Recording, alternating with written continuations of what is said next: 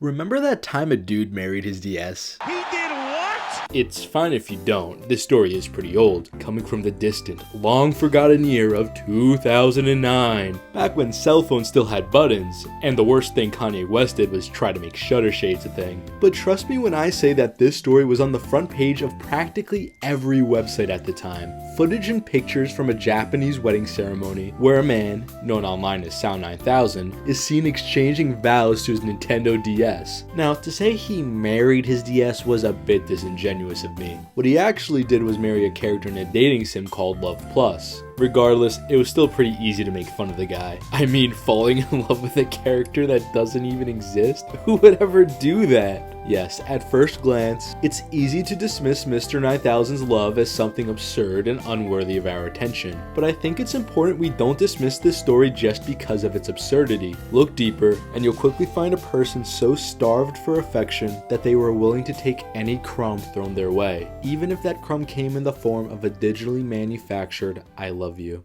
Marrying a non-existent character isn't a decision that is made on a whim. It's a last-ditch effort made to keep your head above water, to save yourself from drowning in a sea of isolation. I'm sure there was a time Sal was like the rest of us, young and filled with hope, eager to traverse the world and find his place within it. However, somewhere along his path, for one reason or another, that spirit was shattered, replaced with the notion that he was an outsider incapable of fitting in, not worthy of human companionship.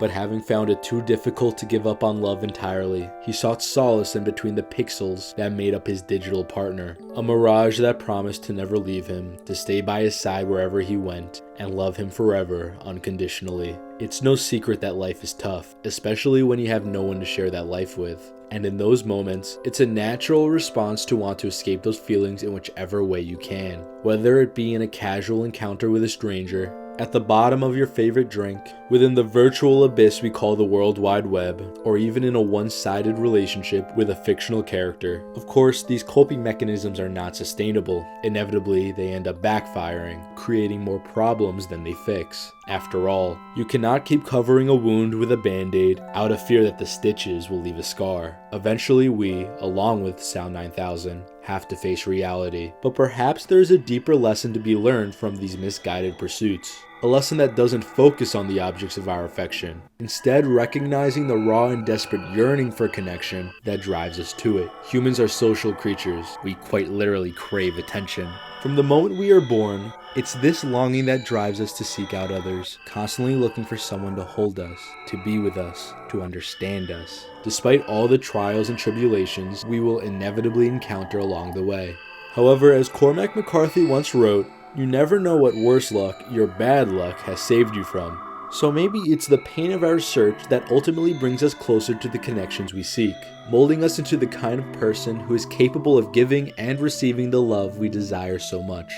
Little is known about what Sal 9000 is up to these days, but in the 14 years that have passed, I hope he has learned to move on from his digital partner, perhaps even find a genuine human connection to call his own. And even if that isn't the case, then I hope he hasn't given up, because no matter how painful it may be, no matter how many times our hearts are broken or tears are shed, in the end, it is not the success or failure of our search that matters. Rather, it is the act of searching alone that makes us truly human.